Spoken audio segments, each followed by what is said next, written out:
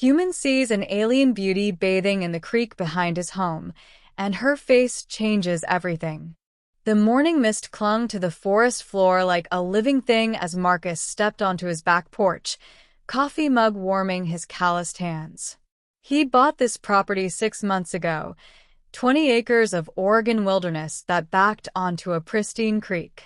It was supposed to be his escape from the chaos of city life, from the failed marriage and the soul-crushing corporate job he'd finally quit.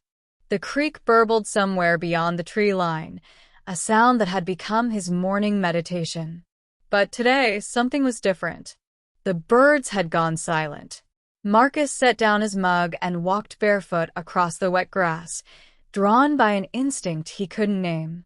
The forest welcomed him with its cathedral of Douglas firs and cedars, their ancient trunks standing like witnesses to something his rational mind wasn't ready to accept. Then he saw her. She stood waist-deep in the creek, her back to him, and Marcus felt his breath catch in his throat. Her skin was the color of a summer sky, not painted, not tattooed, but genuinely, impossibly blue. Long white hair cascaded down her back, moving with a life of its own despite the still morning air. She cupped water in her hands and let it cascade over her shoulders, and Marcus noticed her fingers were longer than human fingers, more elegant, ending in what looked like subtle webbing. He should have been terrified. He should have run. Instead, he took another step forward, and a twig snapped beneath his foot. She spun around, and Marcus froze. Her face was a study in contradiction, utterly alien, yet hauntingly familiar. Large amber eyes, slightly too far apart, regarded him with an intelligence that seemed to peer directly into his soul. High cheekbones, a delicate nose, lips that were fuller on top than bottom. Patterns like bioluminescent tattoos traced along her temples and down her neck, pulsing faintly with an inner light. She should have been monstrous. She was beautiful. "I'm sorry," Marcus stammered, raising his hands. "I didn't mean to intrude. This is my property, but you're welcome to—" He trailed off, realizing how absurd he sounded. The being tilted her head, studying him with those impossible eyes. When she spoke, her voice was like wind chimes and distant thunder combined. "You are not afraid." It wasn't a question, but Marcus answered anyway.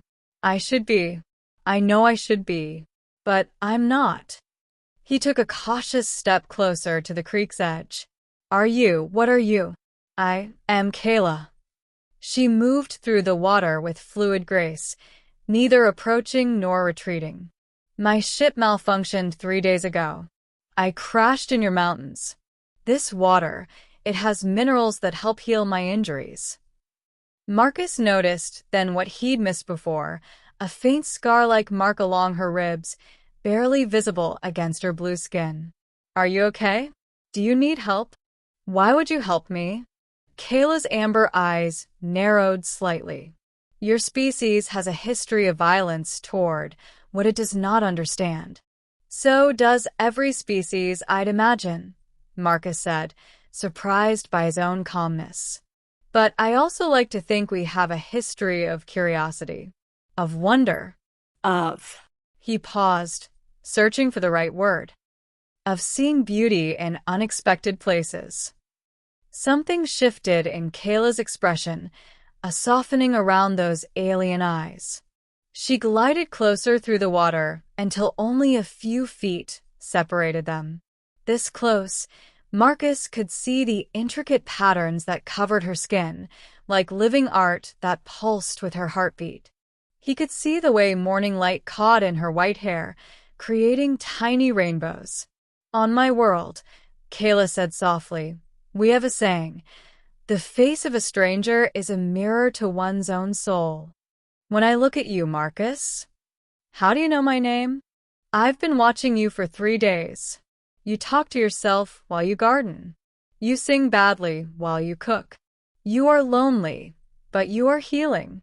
She reached out, her long fingers stopping just short of touching his face. "When I look at you, I see someone who has been broken and is choosing to mend. It is familiar." Marcus felt something crack open in his chest, some wall he'd built around himself since the divorce.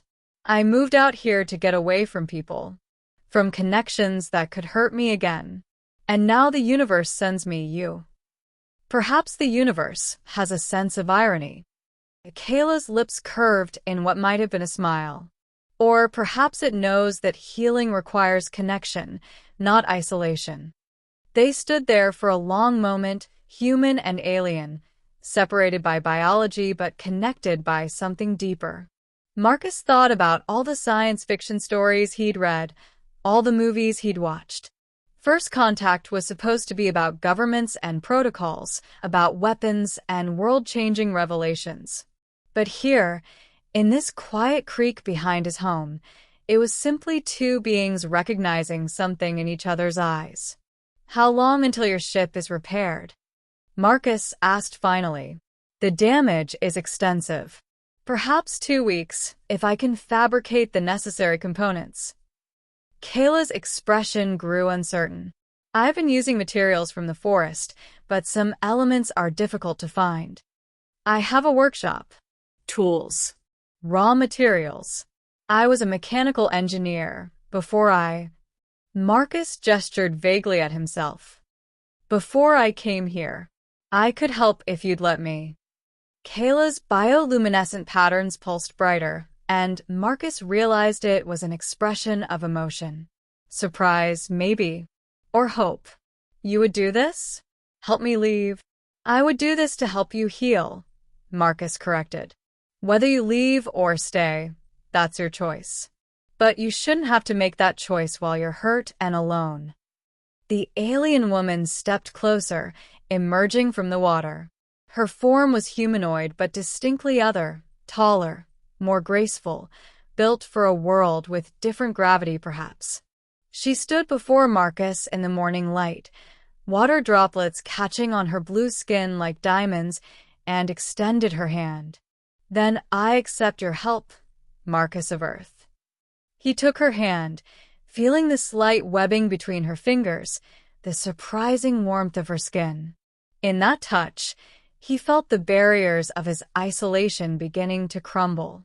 As they walked back toward his house, an alien being and a broken man who'd fled from life, Marcus realized that healing came in the most unexpected forms. He'd come to these woods to hide from connection, to avoid the risk of being hurt again. But the universe, with its infinite wisdom and terrible sense of humor, had sent him something impossible to ignore. Behind his home, the creek continued its ancient song. Above, a drone-like object hummed briefly before disappearing into the canopy, part of Kayla's damaged ship, Marcus would learn, trying to repair itself. And ahead, in a small cabin that suddenly felt less like a prison and more like a sanctuary, two beings would spend the next 2 weeks building something neither expected. Not just a starship, but trust, understanding, and perhaps, in time, something even more profound than the vast distance between their worlds.